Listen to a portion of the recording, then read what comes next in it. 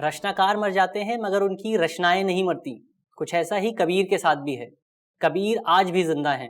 कबीर किताबों में जिंदा हैं। कबीर उन किताबों में लिखे शब्दों में जिंदा हैं। कबीर हमारे दिलों में जिंदा हैं और कबीर हमारी संस्कृति में जिंदा हैं। यही वजह है कि जब बड़े बूढ़े बच्चों को ज्ञान देते हैं तो वे अक्सर कहते हैं कि ऐसी वाणी बोलिए कि मन का आपा खोए, औरन को शीतल करें आपहु शीतल होए। या फिर बड़ा हुआ तो क्या हुआ, जैसे पेड़ खजूर, पंथी को छाया नहीं, फल लागे अति दूर।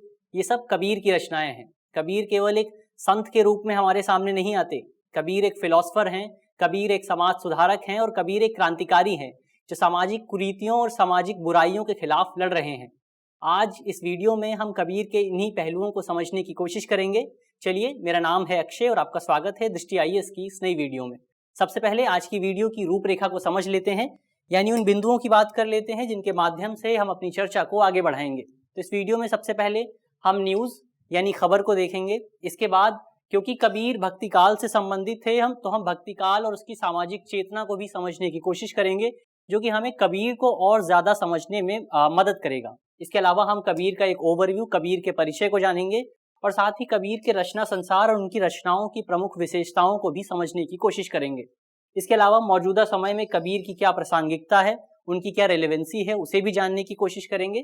साथ ही कबीर की आलोचनाएं क्यों की जाती हैं, कुछ एक्सपर्ट्स, कुछ विशेषज्ञ कबीर की रचनाओं को लेकर उनकी आलोचना क्यों करते हैं, उसे भी जानने की कोशिश करेंगे।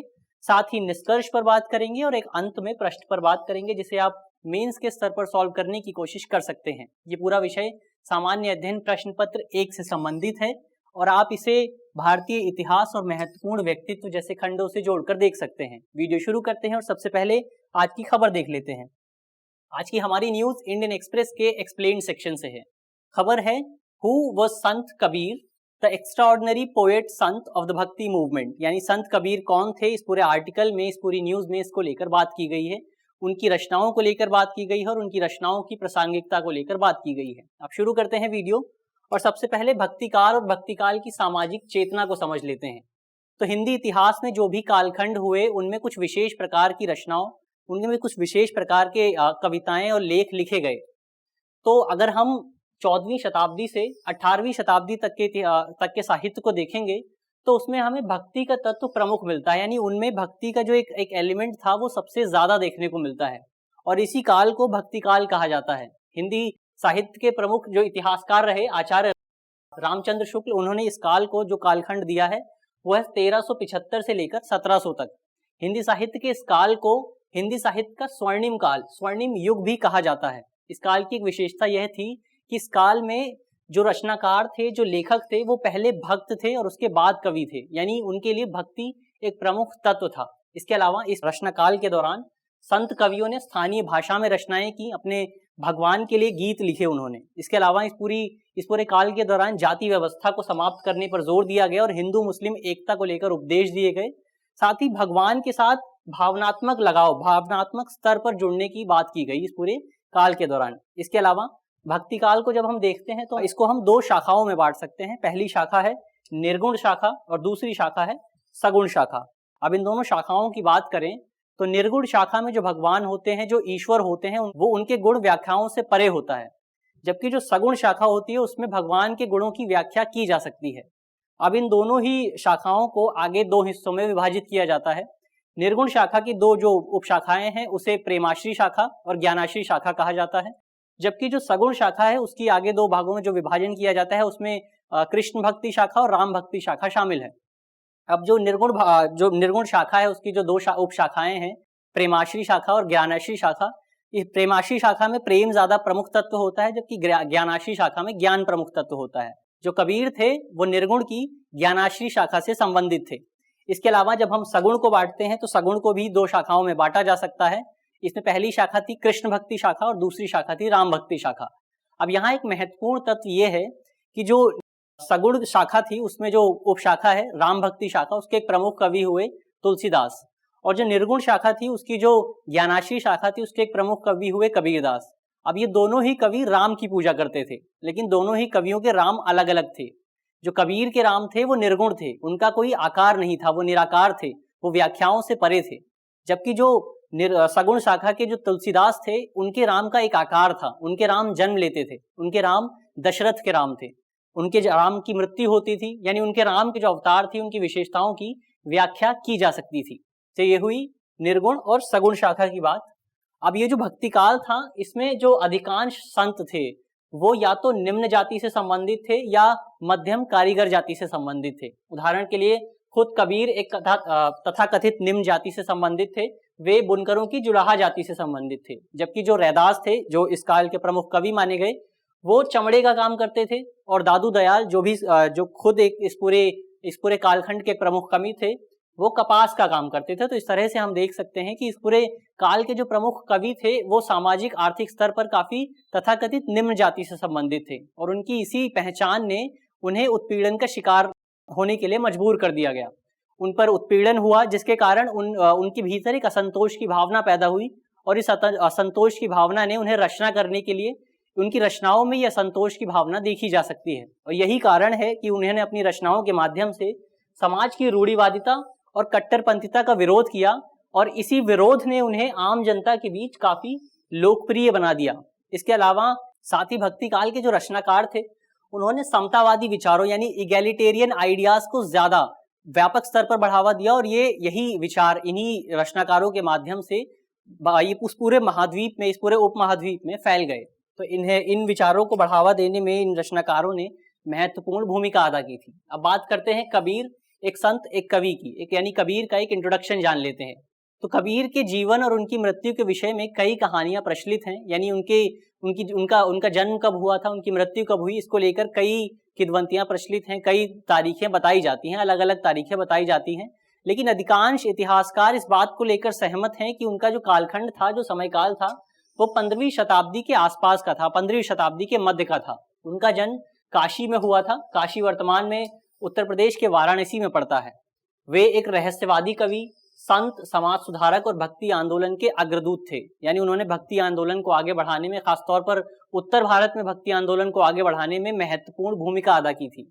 वे जुलाहा जाति से संबंधित थे और जुलाहा जाति भारत में कथित निम्न जाति समुदाय से संबंधित है। उन्होंने 14वीं शताब्दी के प्रसिद्ध वैष्णव कवि संत गुरु रामानंद से शिक्षा प्राप्त की थी और कबीर मुख्य तौर पर इलिटरेट थे, यानी वो पढ़े लिखे नहीं थे। इसीलिए उन्होंने जो अपनी रचनाएं की वो मौखिक तौर पर की और उनकी रचनाओं को आगे चलकर उनके शिष्यों ने लिपिबद्ध किया। तो ये तो हुआ कबीर का कुछ परिचय। अब कबीर के रचना संसार और उनकी प्रमुख रचनाओं की विशेषताओं के बारे में बात कर लेते हैं, यानी कबीर की जो रचनाएं हैं उनकी क्या विशेषताएं हैं, इसको जान लेते हैं। तो हिंदी साहित्य के प्रसिद्ध लेखक हजारी प्रसाद त्रिवेदी ने कबीर के महत्व को रेखांकित करते हुए अपनी किताब में लिखा है कि हिंदी साहित्य के 1000 वर्षों के इतिहास में कोई लेखक कबीर जैसा व्यक्तित्व लेकर पैदा नहीं हुआ। और शायद यही बात है कि जब हम कबीर का जिक्र करते हैं तो हमारे सामने एक ऐसे इंसान का चेहरा बनकर उभरता है जो क्रांतिकारी है, जो समाज सुधारक है और सबसे बढ़कर वो एक सरल हृदय वाला व्यक्ति है। यही वजह है कि कबीर ने लिखा है कि साईं इतना दीजिए जामे कुटुंब समाए, मैं भी भूखा ना रहूं और साधु भी भूखा ना जाए। इसके अलावा उनकी अधिकांश रचनाओं को उनके शिष्यों द्वारा लिपिबद्ध किया गया, क्योंकि हमने अभी पहले ही देखा कि कबीर लिख पढ़ नहीं सकते थे, इसीलिए उनके शिष्यों ने उनकी रचनाओं को लिपिबद्ध किया। कबीर के नाम से कई पुस्तकों का प्रकाशन हुआ, कई पुस्तकें लिखी गई, लेकिन वो उन पुस्तकों की प्रमाणिकता अभी तक सिद्ध नहीं की जा सकी, यानी ये सिद्ध नहीं किया जा सका है कि वो किताबें असल में कबीर ने ही लिखी थी या उनके शिष्यों ने लिखी थी। उनकी जो रचनाएं हैं उनकी विशेषताओं को जान लेते हैं। तो उनकी रचनाओं में निर्गुण और निराकार ईश्वर की उपासना की गई है, निर्गुण और निराकार ईश्वर की बात की गई है, यानी उनका जो ईश्वर है उसका कोई आकार नहीं है, वो गुणों से परे है, वो व्याख्याओं से परे है। इसीलिए कबीर लिखते हैं कि निर्गुण राम जपहु रे भाई, अवगति की गति लखी न जाई। यानी निर्गुण राम की उपासना की बात करते हैं इस पूरे दोहे में वो। इसके अलावा वो अवतारवाद का खंडन करते हैं, वो नहीं मानते कि उनके जो ईश्वर हैं वो अवतार ले सकते हैं। जबकि दूसरी ओर जो सगुण शाखा थी उसमें माना जाता था कि उनके जो ईश्वर हैं, जो राम हैं, वो अवतार ले सकते हैं, वो दशरथ के पुत्र हैं। लेकिन कबीर नहीं मानते कि उनके राम दशरथ के पुत्र हैं। कबीर मानते हैं कि उनके जो राम है वो कभी मरते नहीं, वो सर्वव्यापी हैं, वो हर जगह मौजूद हैं। इसके अलावा उन्होंने धार्मिक कर्मकांडों और जाति प्रथा का भी विरोध किया। धार्मिक कर्मकांडों का इसलिए विरोध करते थे क्योंकि उनका मानना था कि ये जो धार्मिक कर्मकांड हैं वो एक इंसान को ईश्वर से और ज्यादा दूर लेके जाते हैं। ऐसे में जरूरी है कि हम इन धार्मिक कर्मकांडों को छोड़ें और ईश्वर से और ज्यादा अपने आप को जुड़ाव महसूस करें। इसके अलावा उन्होंने जाति प्रथा का भी विरोध किया। वो ये मानने को तैयार ही नहीं थे कि मनुष्य अपने जन्म से ही छोटा या बड़ा हो सकता है, यानी मनुष्य अपने जन्म से ही जातियों में बढ़ सकता है, इसीलिए उन्हें जाति प्रथा का भी विरोधी माना जाता है। इसके अलावा उनकी संबंध में उनकी जो 2 रचनाएं हैं वो काफी प्रचलित हैं, खासतौर पर वो रचनाएं जिसमें उन्होंने धार्मिक कर्मकांडों का विरोध किया है। इसमें शामिल है पाहन पूजे हर मिले तो मैं पूजू पहाड़, ताते ते चाकी भली पीस खाए संसार, यानी अगर पत्थर पूजने से भगवान मिलते हैं, हरि मिलते हैं, तो मैं पहाड़ को क्यों ना पूज लूं, क्योंकि पहाड़ में तो सबसे ज्यादा पत्थर होते हैं और पहाड़ यानी पत्थर से बेहतर तो चक्की है जिससे आटा पीस कर पूरा संसार खाना खाता है।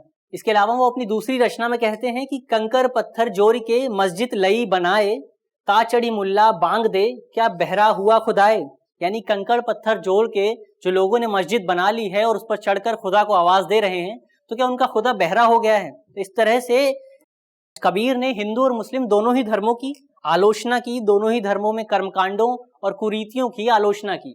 इसके अलावा उन्होंने हिंदू मुस्लिम एकता पर भी जोर दिया। वो हमेशा हिंदू मुस्लिम को एक तरह से देखते रहे। उनका मानना था कि खुदा यानी भगवान एक ही है। इस तरह से उन्होंने अपनी एक रचना में लिखा भी है कि हिंदू कहे मोहे राम प्यारा, तुर्क कहे रहमान, आपस में दो लड़ी लड़ी मुए, मरम न कोई जान, यानी हिंदू कहते हैं कि उन्हें राम प्यारे हैं, जबकि तुर्क यानी मुसलमान कहते हैं कि उन्हें रहमान प्यारे हैं। दोनों आपस में लड़ रहे हैं लेकिन दोनों ही मर्म नहीं जानते हैं, दोनों ही भगवान का असली मतलब, ईश्वर का, अल्लाह का असली मतलब नहीं जानते हैं। इसके अलावा उन्होंने अपनी रचनाओं में गुरु को अत्यधिक महत्व दिया है। वो भगवान से भी ज्यादा महत्व गुरु को देते हैं। उन्होंने लिखा है कि गुरु गोविंद दो खड़े काके लागू पाए, बलिहारी गुरु आपने जो गोविंद दियो बताए, यानी गुरु और गोविंद दोनों खड़े हैं, मैं किसके सामने जाऊं, तो वो गुरु के सामने जाते हैं, क्योंकि गुरु ने ही उन्हें गोविंद से परिचित कराया है। उनकी भाषा की बात करें तो उनकी भाषा को सदुक्कड़ी भाषा कहा जाता है, क्योंकि ये लोग साधु थे और ये जगह जगह जाते थे और जहां भी जाते थे वहां की भाषा के कुछ शब्द, वहां की भाषा के कुछ तत्व अपनी बोली में शामिल कर लेते थे। इस तरह से उन्होंने किसी एक भाषा में रचना नहीं की, बल्कि उनकी रचनाओं में तमाम तरह की भाषाओं का प्रभाव देखने को मिला। उन्होंने हिंदी और उर्दू के अलावा पंजाबी, राजस्थानी, अवधी और भोजपुरी भाषा से भी प्रभावित हुए वो, और उनकी रचनाओं में इन सभी भाषाओं का प्रभाव देखने को मिलता है। ये तो हुई कबीर की रचनाओं की प्रमुख विशेषताएं।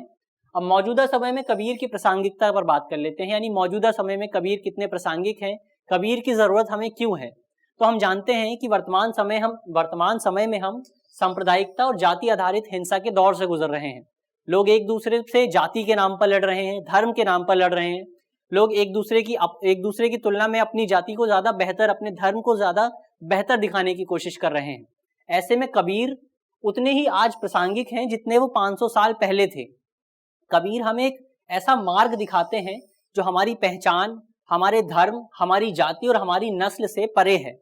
कबीर अपनी रचना में लिखते हैं कि जैसे तिल में तेल है, ज्यों चकमक में आग, तेरा साईं तुझ में है, तू जाग सके तो जाग, यानी हमारा जो भगवान है, हमारा जो ज्ञान है वो हमारे अंदर खुद है। ऐसे में हमें बाहर देखने की जरूरत नहीं है, हमें इन बाहरी पहचानों की जरूरत नहीं है, हमें हमारे धर्म की जरूरत नहीं है, हमारी जाति की जरूरत नहीं है, हमें हमारी नस्ल की जरूरत नहीं है। हमें जो ज्ञान चाहिए वो हमारे अंदर मौजूद है। इसके अलावा उनका जो दर्शन है, उनकी जो भाषा है वो काफी सीधी है और काफी सरल है, और उनकी जो विशेषता है वो उन्हें आम लोगों से जुड़ने में मदद करती है, और यही कारण है कि कबीर आज भी उतने ही ज्यादा प्रासंगिक हैं।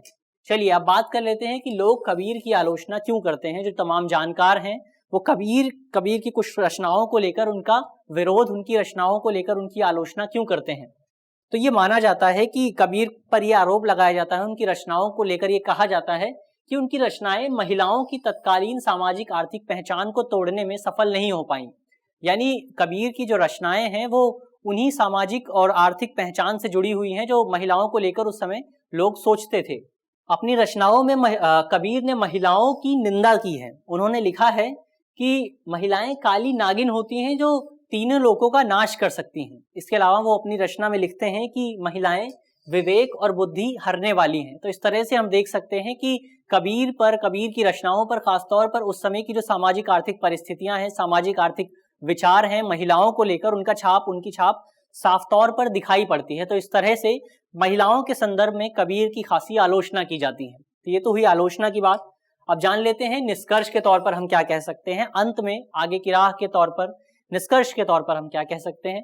हम कह सकते हैं कि कबीर एक समाज सुधारक हैं, एक क्रांतिकारी हैं और हिंदू मुस्लिम एकता एवं गंगा जमुनी तहजीब के पक्षधर हैं, उसके अगुआ हैं, उसके एडवोकेट हैं। इसके अलावा भाषा पर कबीर की जबरदस्त पकड़ है, काफी मजबूत पकड़ है। वो अपने भावों और अपने विचारों के अनुकूल भाषा को ढालने में सक्षम है, यानी वो जो भी सोच रहे हैं उसे आसानी से अपनी भाषा में ढाल सकते हैं। तो इस तरह से कबीर की रचनाओं का महत्व अभी सबसे ज्यादा कबीर की रचनाएं महत्वपूर्ण हैं, क्योंकि भारत वर्तमान में सांप्रदायिकता के दौर से गुजर रहा है। भारत में लगातार सांप्रदायिक दंगे बढ़ते जा रहे हैं, जाति आधारित हिंसा बढ़ती जा रही है।